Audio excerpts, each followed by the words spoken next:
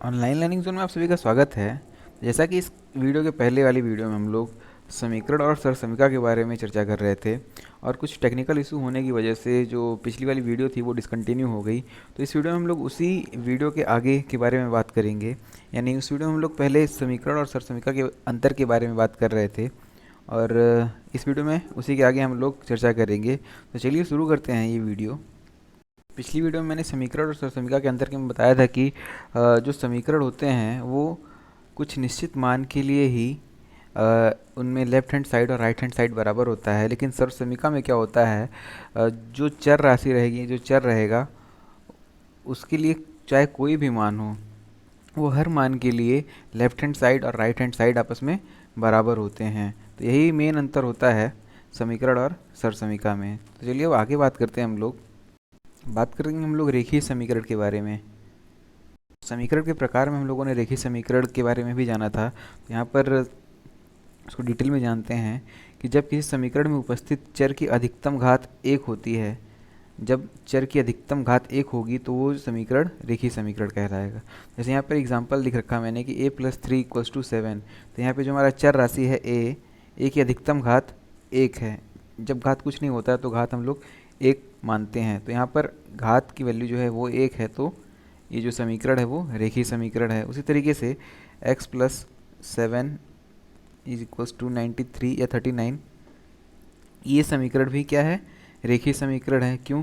क्योंकि जो रेखीय समीकरण में जो चर है उसका अधिकतम घात यानी जो चर का पावर है वो एक है। तो इस वजह से ये क्या है, एक रेखीय समीकरण है। और यही अगर से चर के घात दो हो जाती तो ये क्या हो जाते, द्विघात समीकरण हो जाती। और ऐसे ही जो हमारा चर यानी वेरिएबल है उसका घात तीन होता तो वो त्रिघात समीकरण होता। और घात ही डिसाइड क्या करते हैं, घात की वजह से ही हमको पता चलता है कि उस समीकरण के कितने मूल हैं। अगर से एक घात है तो उस समीकरण का एक मूल होगा, अगर से दो घात है तो उस समीकरण का दो मूल यानी दो आंसर आएंगे एक्स के। तो आई होप आप लोग को ये बातें समझ में आ रही होंगी। तो चलिए अब इन्हीं बातों के साथ आगे बढ़ते हैं। तो अब बात करेंगे हम लोग रेखीय समीकरण को किस तरीके से हल करते हैं उसके बारे में। तो यहाँ पर मैंने कुछ दो पॉइंट्स लिख रखे हैं रेखीय समीकरण को हल करने से संबंधित। पहला पॉइंट ये है कि समीकरण के दोनों पक्षों में हम समान संख्या जोड़ सकते हैं या फिर घटा सकते हैं। समीकरण के दोनों पक्षों में समान संख्या जोड़ने या घटाने से समीकरण में कोई परिवर्तन नहीं होता है। जैसे यहाँ पर मैंने एक एग्जाम्पल लिख रखा है, एक समीकरण है x-3 = 10। इसको हल कैसे करेंगे, तो ये जो पॉइंट लिखा है हमने इसके आधार पे समीकरण में हम दोनों पक्षों में कोई समान संख्या जोड़ सकते हैं या फिर घटा सकते हैं जिससे कि हमारा समीकरण परिवर्तित नहीं होता है। तो घटाएंगे या जोड़ेंगे क्यों? क्योंकि हमको चर राशि और अचर राशि को एक तरफ करना रहता है। यानी इक्वल के एक साइड चर राशि होनी चाहिए और दूसरी साइड अचर राशि होनी चाहिए। ऐसा करने से जो चर राशि यानी जो x है उसकी वैल्यू हम आसानी से फाइंड कर सकते हैं। जैसे यहाँ पर देखिए, इसमें x के साथ यानी चर राशि के साथ एक अचर राशि 3 है। इसको हमको उस साइड भेजना है यानी राइट हैंड साइड भेजना है। तो या तो हम ट्रांसफ़र कर सकते हैं या फिर रूल के अकॉर्डिंग चलें तो हम लोग इस समीकरण में लेफ्ट हैंड साइड और राइट हैंड साइड में नंबर्स को जोड़ भी सकते हैं। जैसे यहाँ पर x-3 है, अब लेफ्ट हैंड साइड में +3 ऐड करेंगे जिससे कि ये -3 और +3 ज़ीरो हो जाए। और इक्विलिब्रियम बनाने के लिए दूसरी साइड में भी 3 को ऐड करेंगे। तो हम यहाँ पे आप देख सकते हैं कि दोनों साइड में हमको 3 जोड़ना पड़ा। 3 को जोड़ने से क्या हुआ कि 3 और 3 कैंसिल होकर के 0 हो जाएंगे, यानी x-0, 0 लिखने की कोई ज़रूरत नहीं है, बराबर। और इधर भी हमने 3 को ऐड किया था इक्विलिब्रियम बनाने के लिए कि यानी कि समीकरण में कोई परिवर्तन ना हो। तो यहाँ पर 3 ऐड किया तो 10 और 3 13 हो गए। तो यहाँ से हम लोग इस समीकरण का जो हल है इस प्रकार निकाल सकते हैं। क्योंकि रेखीय समीकरण है यानी कि इसमें जो चर की घात होगी अधिकतम एक होगी, इसलिए इसका मूल केवल एक ही आया है और जो कि है 13। x की वैल्यू यहाँ पर 13 आई है। तो इस तरीके से रेखीय समीकरण को हम लोग हल कर सकते हैं। इसके अलावा एक और तरीका होता है रेखीय समीकरण को हल करने का जो कि और आसान है। चलिए उसको देखते हैं हम लोग। जैसे यहाँ पे x minus three equals to 10 है, तो हम इस 3 को उस तरफ ट्रांसफ़र कर देंगे जिससे हमको क्वेश्चन सॉल्व करने में आसानी होगी। तो यहाँ पर x इक्वल्स टू 10 और इस 3 को इस तरफ ट्रांसफ़र करेंगे, तो जैसा कि यहाँ पे देख सकते हैं कि 3 है, 3 के आगे का चिन्ह माइनस है। तो जब हम लोग बराबर के दूसरे साइड किसी अंक या फिर किसी चर राशि को भेजते हैं तो उसका चिन्ह चेंज हो जाता है। तो यहाँ पर -3 है, तो इस साइड आएगा तो ये +3 में चेंज हो जाएगा। तो इस तरीके से x बराबर 13 आंसर आ सकता है। उसी तरीके से जब हम अगर से प्लस साइन है तो उसको बराबर के दूसरी साइड भेज रहे हैं तो उसका चिन्ह माइनस हो जाएगा। और अगर से माइनस है, जैसे यहाँ पे माइनस था, इसको हमने बराबर के दूसरी साइड भेजा तो ये प्लस हो गया। और उसी प्रकार से जब मल्टीप्लाइड है तो मल्टीप्लाइड नंबर को अगर हम दूसरी साइड भेजेंगे तो वो अपॉन में या फिर भाग में परिवर्तित हो जाएगा।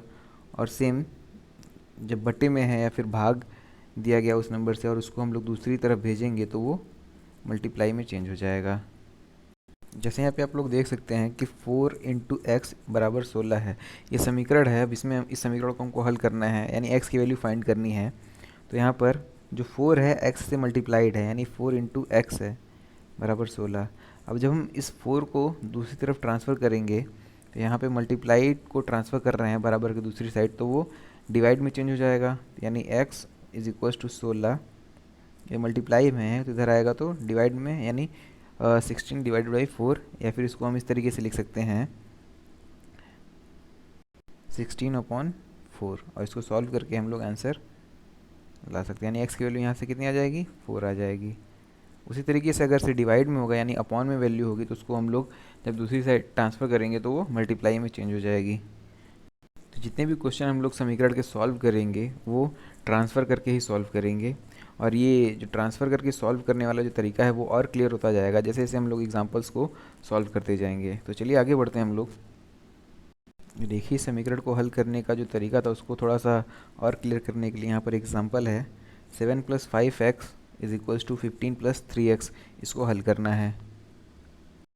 तो हल करने के लिए मैंने क्या बताया था कि जो चर राशि है, चर राशियों को एक तरफ और अचर राशियों को एक तरफ करना रहता है समीकरण में।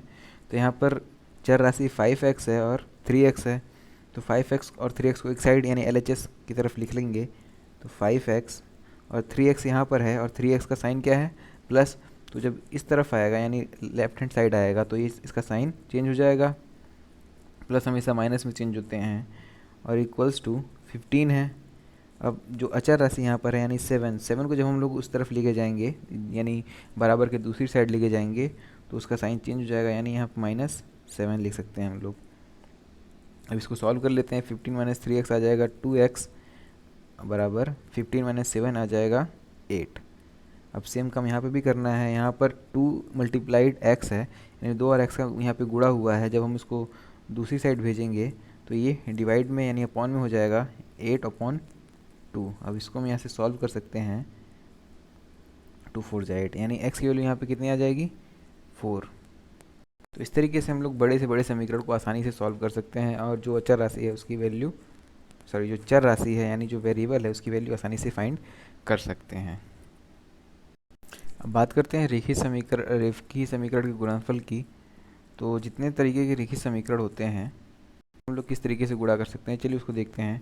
सबसे पहला पॉइंट है किसी बीजीय व्यंजक को किसी संख्या से गुणा करने पर बीजीय व्यंजक से गुणा करते हैं।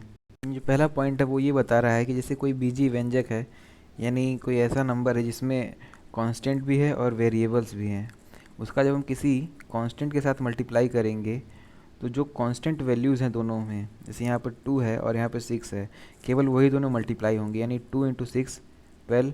और जो वेरिएबल रहेगा यानी जो चर राशि रहेगी उसको हम एज इट इज़ लिख देंगे। यानी जब इसको 2x और 6 को मल्टीप्लाई करेंगे तो आंसर क्या आएगा, 12x। उसी तरीके से एक और नंबर ले लेते हैं हम लोग, 5x का मल्टीप्लाई, यानी ये बीजीय व्यंजक है 5x का मल्टीप्लाई हम किसी संख्या के साथ करते हैं, जैसे 7 के साथ करते हैं तो ये कितना आ जाएगा। तो जो कांस्टेंट वैल्यूज़ हैं यानी 7 है और 5 है, इन दोनों का मल्टीप्लाई होगा, ये आएगा 35। और जो हमारा वेरिएबल है x उसको हम लोग उसी तरीके से उतार देंगे, तो इसका मल्टीप्लाई करने पे कितना आ जाएगा, 35x। तो ये तो रहा पहला पॉइंट। अब दूसरा पॉइंट क्या है कि समान आधार वाले बीजीय व्यंजकों का गुणनफल उसी आधार पर उनके घातांक के योगफल के बराबर होता है। यानी यहाँ पे क्या कहा गया है, जैसे दो नंबर हम लोग ले लेते हैं इसको समझने के लिए। 3x है और 3x² है। दो नंबर यहाँ पर हैं, दो बीजीय व्यंजक हैं 3x और 3x²। जब इसका गुणनफल करेंगे तो जैसा कि मैंने बताया, जो कांस्टेंट वैल्यू है पहले वो मल्टीप्लाइड हो जाएंगी। 3 × 3 ये हो गया 9। अब बचा क्या, x और x², x×x²।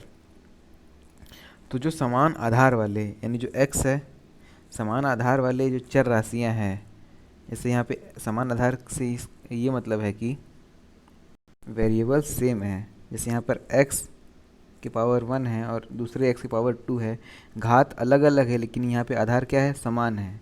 तो उस कंडीशन में जो घात होगा वो आपस में जुड़ जाएगा, यानी x 1 + 2, यानी घात इसका 1 था और इसका 2 था, इन दोनों घात को हम जोड़ देंगे तो इस तरीके से हम लोग क्वेश्चन का सॉल्यूशन पा सकते हैं। या जैसे यहाँ पे देख सकते हैं आप, यहाँ पर पावर 1 था, कुछ नहीं रहता तो हम लोग पावर 1 मानते हैं, और यहाँ पर पावर 2 था। अब एक x लिख करके दोनों पावर को ऐड कर दिया, जिससे हमको हमारा सॉल्यूशन मिल गया। इसको और क्लियर करने के लिए मैंने एक और एग्जांपल लिख रखा है यहाँ पे 3x² गुणे 2x के घाते 3 है। अब इसको मल्टीप्लाई करेंगे, चलिए हम लोग। इससे पहले तो कांस्टेंट वैल्यू है, पहले उसका मल्टीप्लिकेशन हो जाएगा, यानी 3 × 2 आएगा 6। अब बचा क्या, x, जो वेरिएबल्स हैं x² और x⁻3। x² है और x⁻3 है, सबका आपस में मल्टीप्लिकेशन है। तो 6 तो ऐसे ही मल्टीप्लाई करने पर आंसर आ गया हमारा। अब ये जो हमारा वेरिएबल है x और x दोनों का बेस इक्वल है, तो एक बेस को उतार लेंगे हम लोग, यानी एक x उतार लेंगे। अब जो पावर्स है, पावर आपस में ऐड हो जाएंगे, 2 + 3। तो इसको सॉल्व करने पर जो वैल्यू आएगी, यानी 6x⁵, यानी 3x² और 2x³ को मल्टीप्लाई करेंगे तो 6x⁵ हमारा आंसर आएगा। आई होप ये वाला पॉइंट भी आप लोगों को क्लियर हुआ होगा। तो चलिए बात करते हैं अगले पॉइंट की तरफ। अगला पॉइंट है कि जब आधार अलग अलग हों तो कैसे हम लोग सॉल्व करेंगे। तो यहाँ पर आप लोग देख सकते हैं मैंने 3 क्वेश्चंस लिखे हैं और सब में जो बेस है यानी जो वेरिएबल है अलग अलग है। इससे पहले क्वेश्चन की बात करें, x × y, जब इन दोनों का मल्टीप्लिकेशन करेंगे तो बस x और y लिखना रहेगा, यानी जो पावर है, जैसे यहाँ पे पावर 1 है, यहाँ पावर 1 है, क्योंकि यहाँ पे बेस अलग अलग है तो पावर भी ऐड नहीं हो पाएंगे। अगर सही रहता x × x, यानी बेस सेम है और पावर जो भी रहता आपस में जुड़ जाता है। जैसे यहाँ पे पावर 1 है और यहाँ भी पावर 1 है, तो ये दोनों ऐड होकर के x² हो जाते हैं।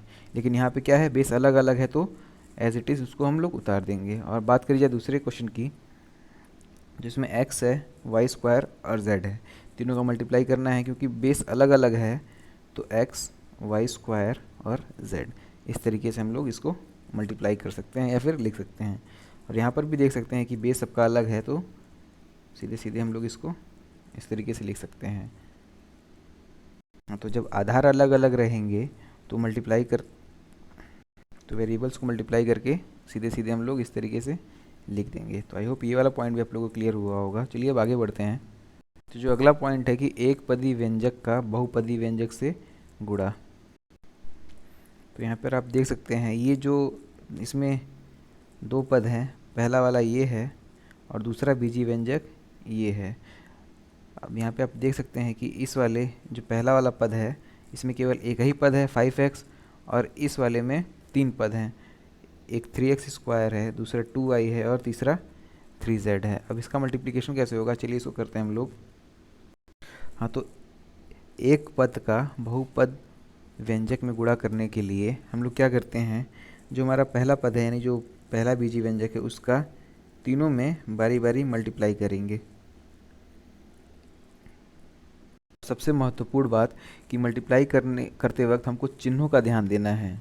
यानी यहाँ पर हम लोग अगर से मल्टीप्लाई करते हैं, जैसे 5x का पहले मल्टीप्लाई करेंगे 3x² में, 5x × 3x², फिर जो यहाँ पे साइन क्या है, माइनस है, और 5x का साइन है प्लस। तो यहाँ पर मैंने कुछ नोटेशंस लिख रखे हैं कि जब प्लस का माइनस में होगा, जब प्लस का मल्टीप्लाई माइनस में होगा तो साइन माइनस आएगा। जैसे कि यहाँ पर हम लोग देख सकते हैं 5x है एग्जांपल के, तो इसको भी थोड़ा दूर रखते हैं, एग्जांपल के लिए हम लोग देख लेते हैं 5x का गुणा अगर से -3 के साथ करेंगे तो यहाँ पर 5x का साइन है प्लस और 3 का साइन है माइनस। तो जब प्लस का मल्टीप्लाई माइनस में करेंगे तो जो रिजल्ट आएगा वो होगा माइनस में, यानी 5x इंटू -3 आएगा 15x। और यहाँ पे जो प्लस इंटू माइनस है, रिजल्ट किस में आ रहा है, माइनस में, तो यहाँ पर -15x हो जाएगा। और यही अगर से ये 5x माइनस होता और 3 प्लस है, तो जब इसका मल्टीप्लाई करते हैं यानी माइनस इंटू प्लस, जब साइन नहीं होता तो हम लोग प्लस सपोज करते हैं, तो यहाँ पे 3 का साइन क्या होगा, प्लस, तो माइनस इंटू प्लस क्या हो जाएगा, माइनस, यानी जो आंसर आएगा वो क्या होगा, -15x। उसी तरीके से जब दोनों का साइन माइनस होता है यानी -5x इंटू -3 यानी माइनस इंटू माइनस, तो जो रिज़ल्ट आता वो प्लस में होता है, यानी 5 3 जा 15x, जो रिज़ल्ट आएगा हमारा वो प्लस में होगा, प्लस लिखने की कोई ज़रूरत नहीं रहती है। तो ये माइनस का मल्टीप्लाई माइनस करने में प्लस साइन आएगा। उसी तरीके से प्लस का मल्टीप्लाई जब हम प्लस में करेंगे तो भी प्लस साइन ही आएगा। तो ये हमको चिन्हों का गुणा ध्यान में रखना है। तो चलिए अब बात करते हैं अपने क्वेश्चन की तरफ। तो यहाँ पर हमको इसको मल्टीप्लाई करना है, तो जैसा कि मैंने बताया 5x का मल्टीप्लिकेशन हम लोग बारी बारी तीनों में करेंगे साइन का ध्यान रखते हुए। तो उससे पहले 5x का मल्टीप्लाई करेंगे 3x स्क्वायर में, क्योंकि यहाँ पे भी 5x प्लस है और 3x स्क्वायर भी प्लस है, तो साइन प्लस ही आएगा। फिर अब बात करते हैं 2y, यहाँ पे -2y है और यहाँ पे प्लस है। जैसा कि मैंने बताया प्लस और माइनस का मल्टीप्लाई जब करते हैं